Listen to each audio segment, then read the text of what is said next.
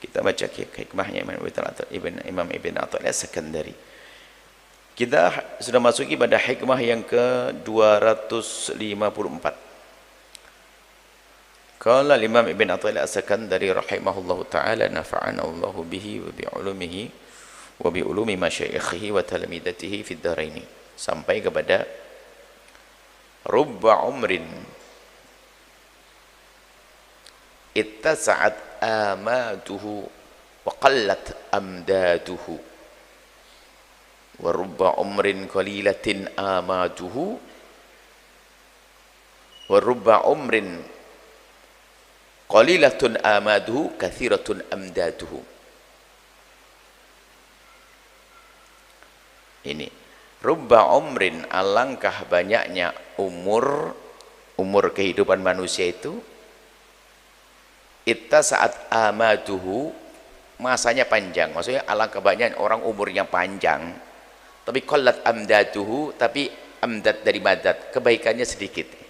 Ada orang umurnya panjang tapi nggak punya karya, nggak punya kebaikannya. Ada sebaliknya, rubba umrin, alangkah banyaknya orang yang punya umur, angkalah banyaknya umur itu qalilatun amadu, pendek dia, kathiratun amdaduhu, tapi amdad itu adalah segala kebaikan dari Allah yang sifatnya maknawi, rohani, iman, takwa, kebaikan, itu amdad, madad. Kurang lebihnya begitu. Jadi gini, umumnya, makanya pakai rubba, umumnya jika umurmu panjang berarti kesempatanmu berkaya lebih besar, kan gitu. Jika dalam sehari Anda bisa menyusun 5 bata, maka jika umurmu adalah 50 tahun tinggal dikalikan, kan begitu. Mestinya begitu. Jika umurmu panjang berarti karyamu harus banyak dong, amalmu juga banyak, kebaikanmu juga banyak. Umumnya seperti itu. Cuman ada yang tidak umum. Nah, ada orang ini umurnya panjang, ini enggak umum lagi.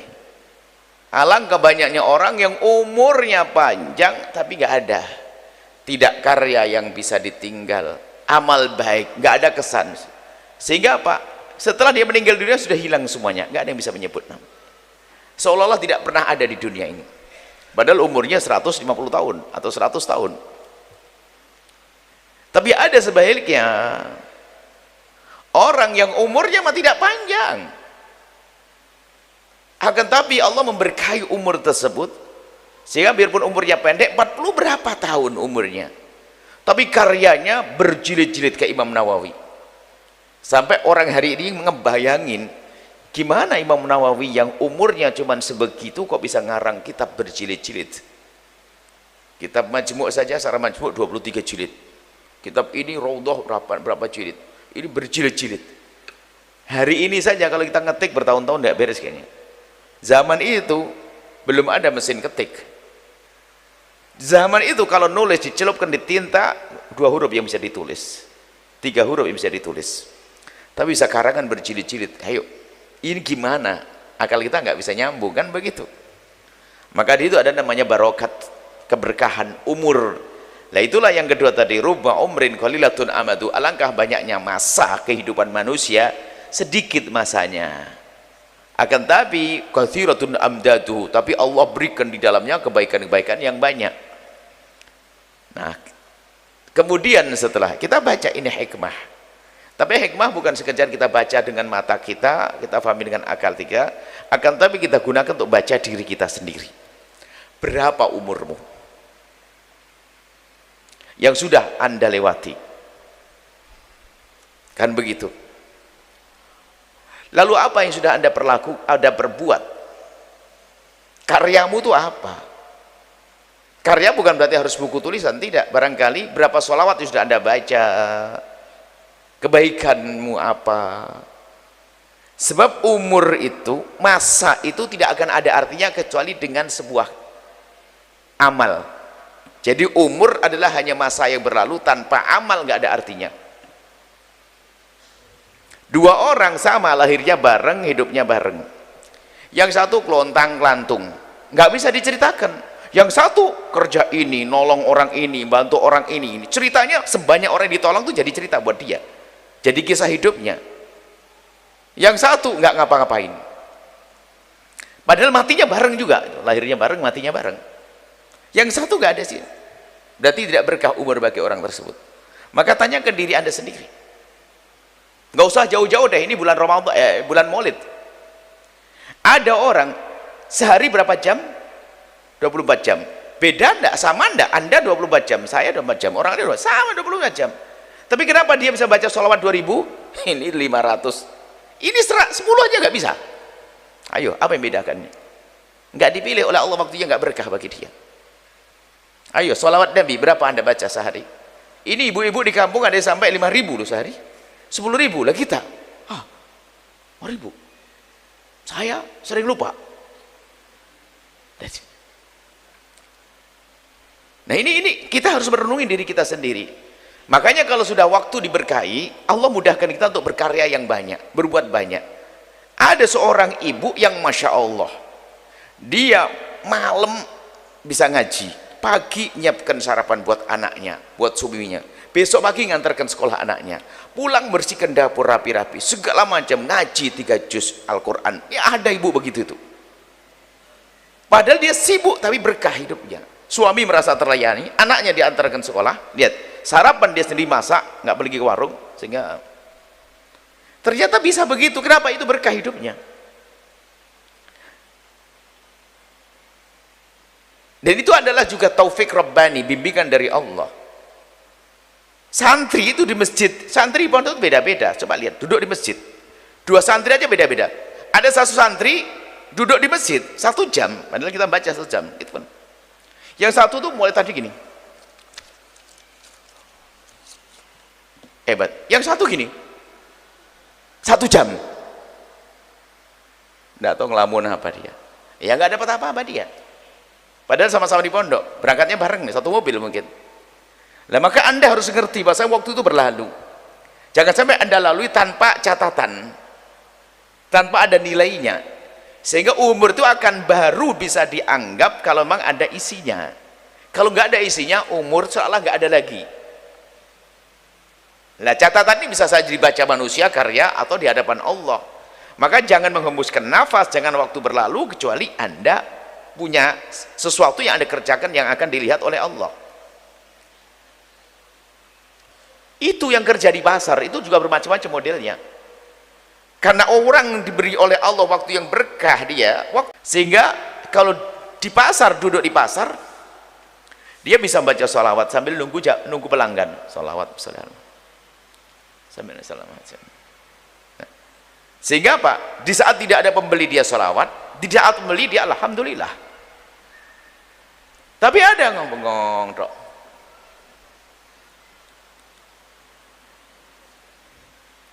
Garuk-garuk. Yes. Ini model begitu nih, karena tidak berkah. Makanya jadilah Anda berkah. Makanya yang ulama mengatakan tafakkur, menghidupkan tafakkur, kesadaran itu penting banget. Sehingga Anda naik motor, Anda punya kendaraan di mobil, paling tidak Anda harus punya jatah berapa rakaat setiap hari ya. Saya pulang dari ini ke kantor, dari kantor ke ini berapa jam? 1 jam, 2 jam, berapa? Mungkin Anda harus punya jatah berapa rakaat yang aku lakukan di atas mobil. Ayo. Bukan yang komentar, ya Allah macet kemarin, oh macetan sekarang dari kemana? Astagfirullahaladzim, la ilah apa itu? Ya aja deh, bicara macet, macet ya macet. Tapi karena orang ini orang jadi orang Allah berkah, macet dia nyantai. Kalau macet berarti sampai di rumah 1000 sholawat, nggak macet 100. Tenang aja, nggak gampang stres, awet muda dia. Jadi maksudnya hidup ini harus kita isi dengan kebaikan-kebaikan. Lah, untuk menjadi orang bisa mengisi kebaikan, subhanallah, ini adalah taufik Rabbani, pemberian dari Allah. Maka sadarilah kalau Anda tidak dipilih Allah, banyak istighfar. Kenapa kita tidak punya karya, nggak punya? Ada orang bisa tulisan banyak dalam hidupnya. Ada orang selembar saja nggak bisa nulis. Padahal ilmu juga ada dia.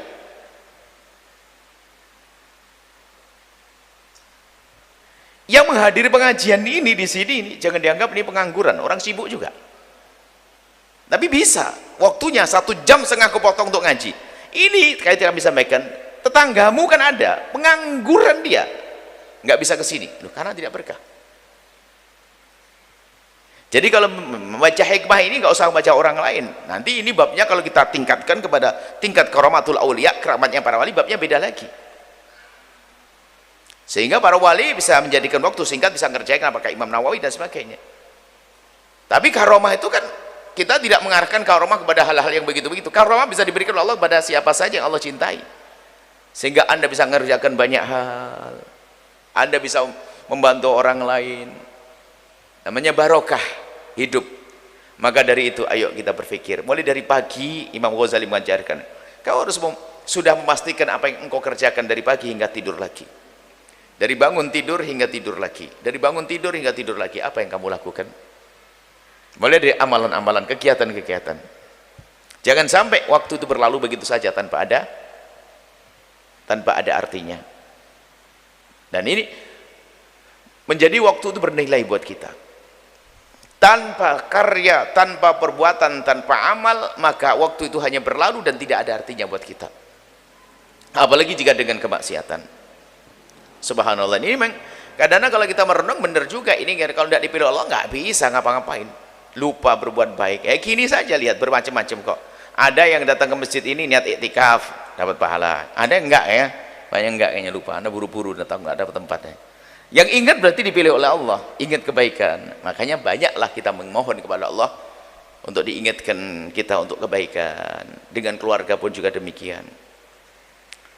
Kalau kita kembali kepada alam nyata, kita sering memberi contoh, kerja di tempat yang sama, gajinya sama.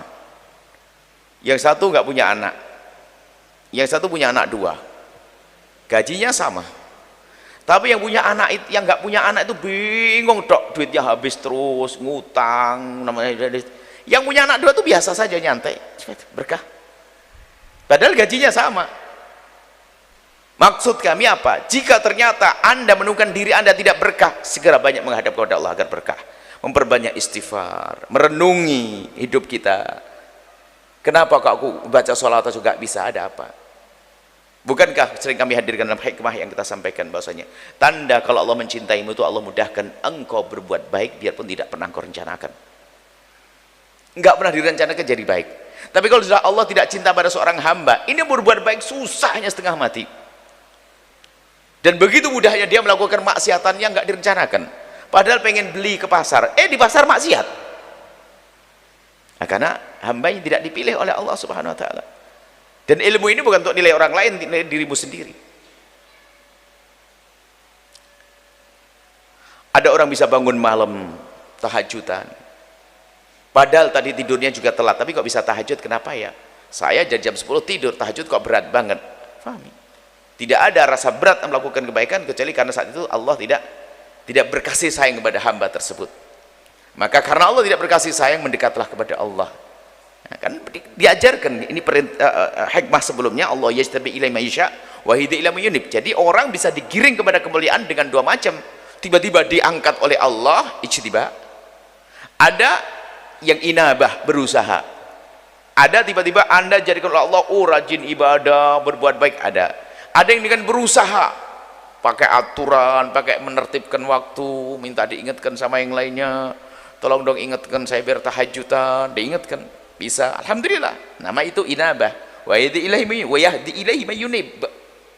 Jadi ada orang mendapatkan hidayah sampai kepada Allah dengan berusaha susah payah. Nah ini, Anda jangan sok golongan pertama, aku sudah dipilih oleh Allah, ntar dulu.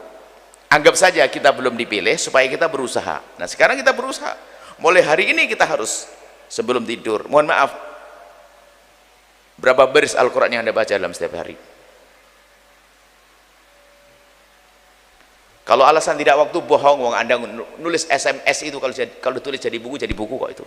WA, SMS. Ini ada apa namanya? WhatsApp, SMS zaman dulu ya. Itu Anda waktu nulis di WhatsApp itu kalau dikumpulin jadi buku itu sehari itu. Bilang nggak punya kesempatan baca Quran. Ayo. Lah kenapa kok tidak bisa? Jujur ini Anda dengan diri Anda sendiri, nggak usah ribet. Kalau begitu Anda begini saja hukum. Kapan saya menulis SMS 10 berarti saya harus baca 10 ayat Al-Quran. Wah ini hebat ini, punya ide baru ini. Pokoknya 10 SMS untuk saudaraku berarti 10 ayat Al-Quran.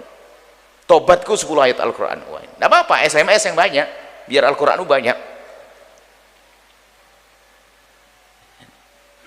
Makanya kadang-kadang nulis buku nggak bisa, tapi nulis SMS nggak sadar kan nyicil ya. Banyak, ya Allah, ini kalau jadi buku bener-bener ditulis jadi buku, ini panjang itu cerita. WhatsApp, SMS lagi, SMS zaman dulu kuno bahala itu ya, kuno. Sudah berubah nih SMS-an, nggak pakai lagi. Maksud kami, ayo koreksi diri sendiri. Ingat, kalau ternyata kok kita susah melakukan kebaikan, itu tanda kalau Allah tidak sayang kepada kita, maksudnya Allah lagi menghukum kita.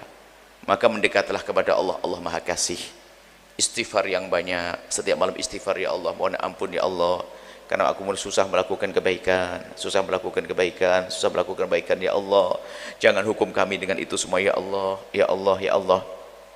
Maka itu yang menjadikan waktu berkah. Maka berkah itu, karena berkah itu adalah diartikan ziyadah. Nah, fil khair, berkah itu adalah kebaikan yang dirasakan itu tidak seperti bentuknya. Ibarat ukurannya tuh 1 mili, 1 senti, ternyata pada hakikatnya bisa bermeter-meter. Duitku cuma begitu tapi bisa berguna. Umurku cuma sebegini tapi aku bisa melakukan banyak hal, namanya berkah. Sehingga kalau namanya berkah, sering kami ingatkan kepada orang yang berjuang di jalan Allah. Ada yang berkata, saya itu jarang ketemu dengan keluarga karena saya yang harus ngurusi dakwah, ngurusi ini. Pertemuanmu yang hanya beberapa saat dengan pasanganmu, kalau sudah menjadi berkah, itu nilainya bisa meninggalkan kesan indah sepanjang waktu.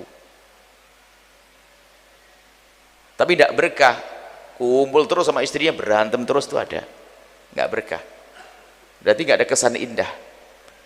Jadi kualitas itu yang berarti, yang perlu kita pentingkan. Kualitas apa yang aku lakukan saat aku bertemu dengan istriku, apa yang aku lakukan saat aku bertemu dengan ibuku, apa yang aku lakukan bersama dengan ayahku. Jadi kita merencanakan di saat kita bertemu supaya tidak sia-sia, sehingga kebaikan bisa kita lakukan, sehingga umur kita itu ada nilainya. Tanpa amal baik maka umur tidak ada nilainya. Tanpa kebaikan umur tidak ada nilainya. Dan seseorang tidak bisa melakukan, tidak bisa mengisi umurnya dengan kebaikan, itu karena dia tidak dipilih oleh Allah. Kalau kita merasa tidak dipilih oleh Allah, maka mendekatlah kepada Allah dengan berusaha menjadi ahli inabah, berusaha minta kepada Allah.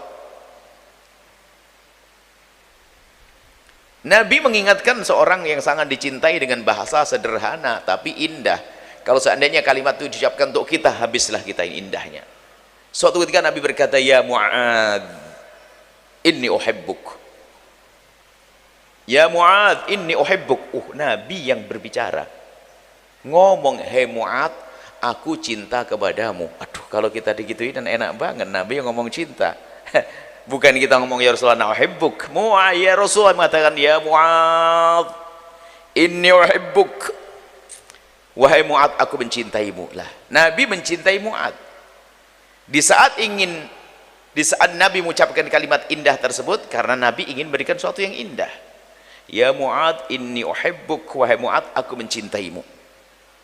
Karena itu sambut cintaku. Kul, katakanlah, dubura kulli sholatin, setiap habis sholat, Allahumma a'inni ala dzikrik wa syukrik wa husni ibadatik.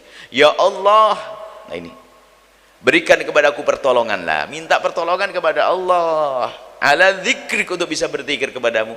Enggak akan ada orang bisa berzikir satu kalimat zikir kecuali telah diizinkan lisannya oleh Allah. Kalau tidak diizinkan enggak bisa.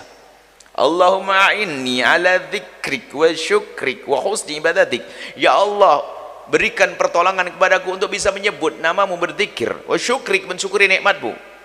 Ada orang enggak bisa syukur karena enggak bisa melihat nikmat Allah, padahal nikmat banyak tapi enggak ingat nikmat. Karena dia tidak menyadari nikmat, dia enggak bisa bersyukur. Karena dia tidak menyadari nikmat, tidak menganggap itu sebagai nikmat. Kalau kita itu diberi oleh Allah nikmat, enggak menyadari nikmat, kita tidak menikmati. Coba. Tapi kalau kita sadar itu nikmat, kita akan menikmati. Ini karunia Allah. Oh, alhamdulillah. Di saat kita haus ada air kan, menikmati. Kita sadar nikmat Allah. Maka nikmat itu akan terasa nikmat kalau kita sadari itu sebagai nikmat. Lah, di saat itulah kita bisa bersyukur. Maka orang bisa mensyukur nikmat kalau dia sadar akan nikmat. Untuk bisa mensadari nikmat, kita merenungi tentang nikmat Allah yang banyak. Ngantuk itu nikmat atau musibah sih, kan bingung ya. Lapar Ternyata lapar tuh hakikatnya nikmat. Coba Anda tidak lapar, makan tidak enak sama sekali. Lapar, oh lapar, nikmat. Ternyata mukadimah nikmat. Lapar tuh musibah atau nikmat ya gitu kan. Ternyata kalau orang nggak lapar, nggak menikmati nasi jamblang, nasi rawon, sate, ngantuk ternyata nikmat. Jadi di saat kita merasakan nikmat, maka kita menikmati. Lah kita tidak akan bisa mensyukuri nikmat kecuali diberi pertolongan oleh Allah. Aini ala dzikri wa syukri husni ibadatik, berikan kepadaku pertolongan ya Allah untuk bisa memperbaiki ibadahku kepadamu ya Allah. Tidak kurang dari 17 kali kita diajari oleh Allah, oleh Rasulullah untuk kita minta pertolongan kepada Allah dalam bacaan Fatihah kita. Coba mengabdi beribadah hanya kepada Allah. Iyyaka na'budu, kepadamu lah ya Allah aku mengabdi dan beribadah. Tapi nggak akan bisa kita berderma 500 rupiah, 1000 rupiah, nggak akan bisa kecuali Allah pilih Anda. Maka iyyaka na'budu, kepadamu lah ya Allah kami berbuat baik, kami beribadah, tapi sungguh kami tidak akan mampu beribadah kecuali dengan pertolongan darimu. Maka wa iyyaka nasta'in, kepadamu lah kami memohon pertolongan. Nah, maka banyaklah minta pertolongan kepada Allah ya, setiap malam. Ya Allah, sadari ya Allah aku pengen besok pagi bantu bibiku tapi nggak punya uang, ya Allah berikan rezeki yang cukup untuk bibiku, ya Allah berikan. Doanya tok sudah merupakan sebuah pahala. Ya Allah besok aku akan berbuat baik begini ya Allah, semoga aku bisa sholawatan setiap hari malam. Aku kok tidak bisa sholawat, tetangga aku bisa 2000, aku tidak bisa ya Allah. Doa terus minta pada Allah. Aini ala dzikri wa syukri wa husni ibadatik.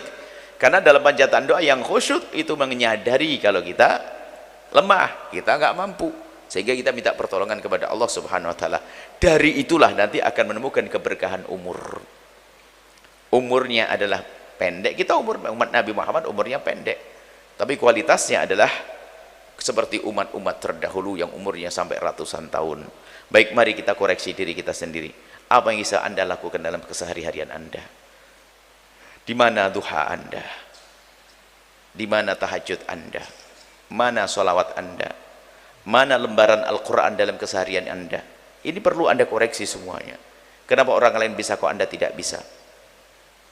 Jangan motivasi ini untuk berdasar dia bisa, kita harus bisa. Ibadah juga gitu dong. Kenapa perjalanan Anda dari rumah ke kantor Anda nggak ada sholawat? Hanya bengong saja, hah? Kenapa? Anda sadar itu, Anda bengong, sadar, bengong kemarin, kalau di syuting lucu itu. Anda harus pikirkan itu semuanya. Anda masak setiap hari, Bu, subhanallah. Kalau seandainya masak Ibu sama membersihkannya 2 jam itu, kalau Anda sholawatan, sholatullah, salamullah, waduh berapa puluh sholawat yang Anda baca. Cuman karena nggak ditolong oleh Allah juga nggak sholawatan. Coba ya, betul? Nah, tidak tahu Anda sholat. Kita menyadari, ya, kita perlu koreksi. Jadi hikmah kita hari ini adalah kita menyadari diri kita. Kalau ternyata kita sudah bisa melakukan banyak kebaikan, tinggal kita syukuri. Kalau ternyata belum, ayo minta kepada Allah pertolongan dan segera kita mulai untuk menjadikan umur kita ini adalah menjadi penuh makna, ada isinya, sehingga kita menjadi golongan yang rubba umrin, alangkah banyak umur, qalilatun amaduhu, sedikit masanya, pendek umurnya. Kita kan muat Nabi Muhammad pendek, tapi ternyata kathiratun amdatu, isinya banyak, bisa sholawatan, bisa baca Quran, bisa bantu orang tua, bisa ini, duit rezekinya cuma sebegitu, tapi bisa nolong orang banyak. Namanya itu orang yang penuh berkah. Semoga Allah memberikan pertolongan kepada kita untuk melakukan kebaikan, sehingga kita menjadi orang berjaya di dunia dan juga berjaya di akhirat. Wallahu a'lam bissawab.